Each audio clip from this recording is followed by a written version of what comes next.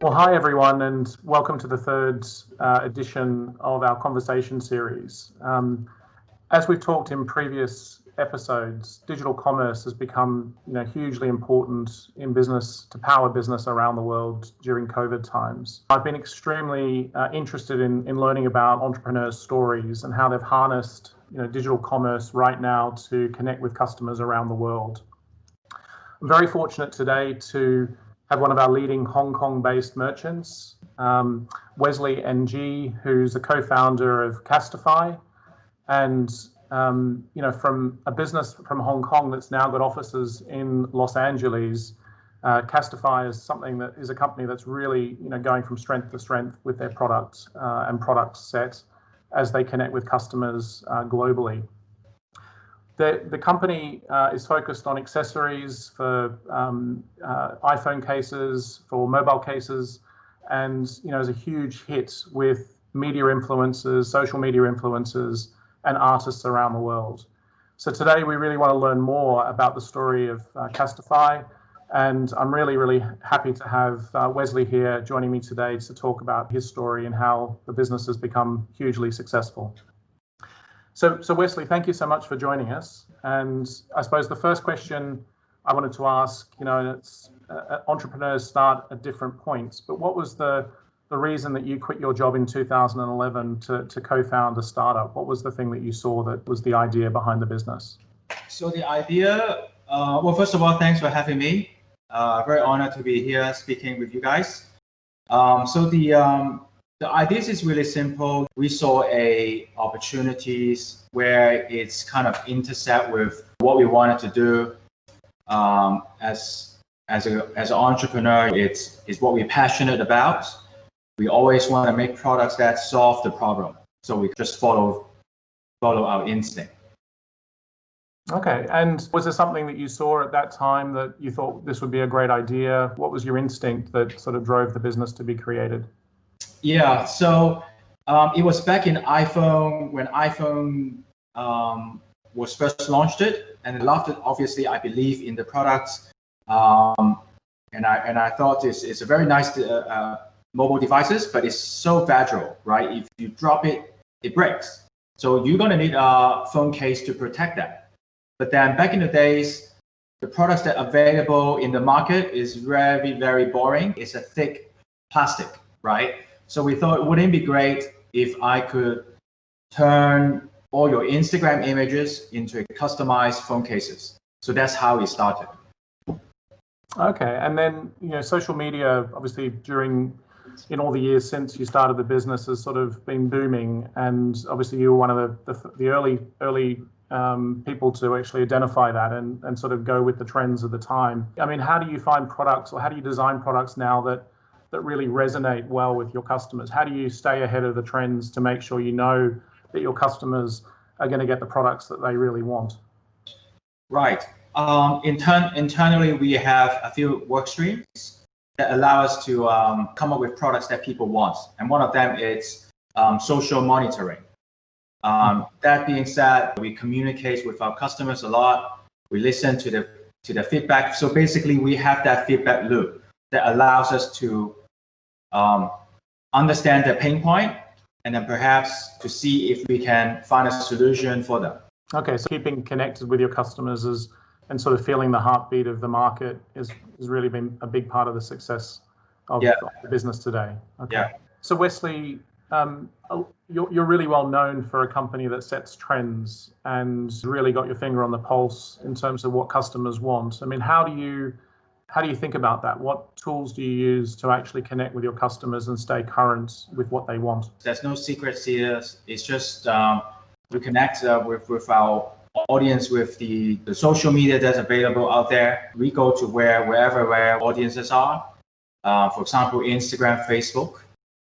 That's two major social media that we constantly communicate with our audiences. Okay, so really, keep a finger on the pulse in terms of what customers are looking for, designs. I mean, your website, having looked at it earlier today, is a beautiful website, and obviously renders really well with mobile, which you would expect when you're mobile first. So it's really a real tribute to what you've created. In terms of products, I mean, you've got a lot of products and you've had a lot of products over the years. Have you got any favorites that you can point your finger at? That's a good question, because I always say the current design is my favorite one. So I'm going to show you right here, if you can see it. So yeah, I can, yeah. It's a USPS collaborations that we just released it.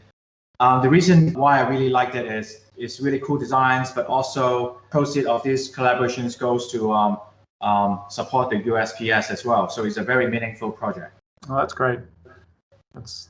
And how did you get to create that? Was there a contact, or what was the inspiration behind that? Speaking of collaborations, we just want to have one important metrics that we talked about internally is surprise.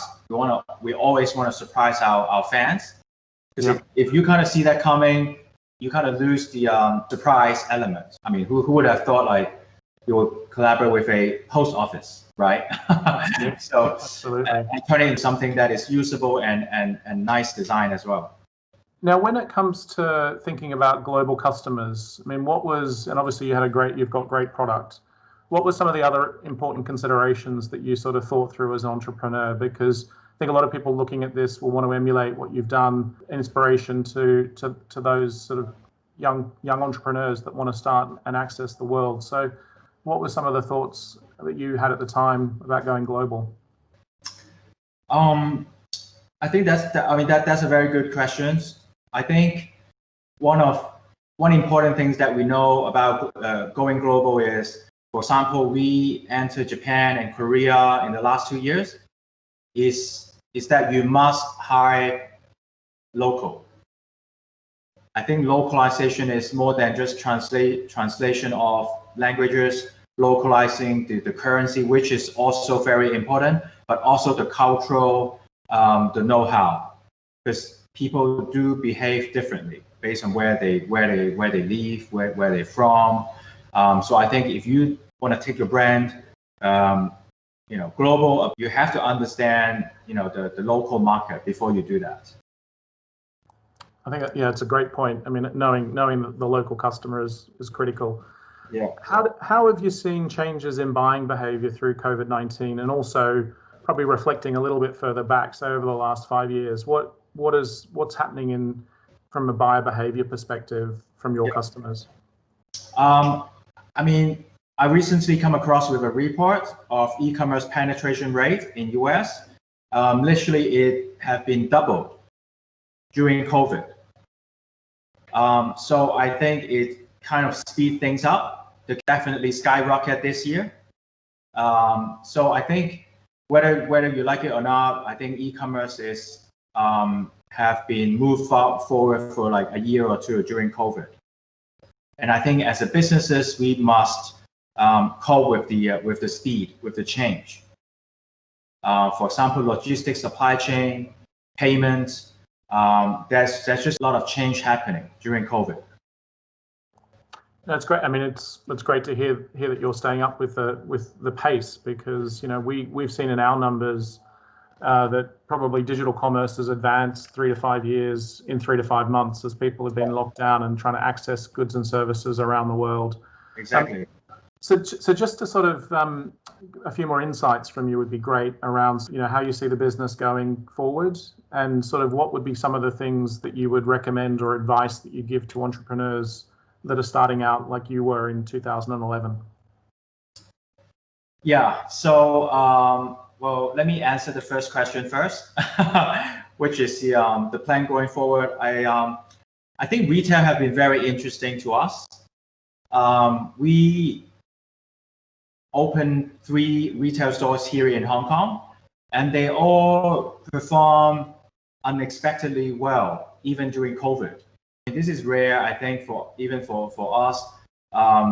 But I think one of the reasons is the rents have become almost really low in years. So it's a good time really to go offense. If you have tested your models, your retail models, and if you have the right products, if you believe you have the right products, I think it's a very good time to go offense, because you're going to have the best deal you're going to get in years. So I think retail is very interesting for us. And that being said, we want to bring our retail experience to other markets. US is definitely on top of them. Other than that is countries like Japan and Korea, which we also have a very large fan base. So that's one thing that we found very, very interesting, that retail, I know a lot of brands suffering from retail, but I think as COVID moving towards the end, hopefully in months, definitely it will rebound really quick.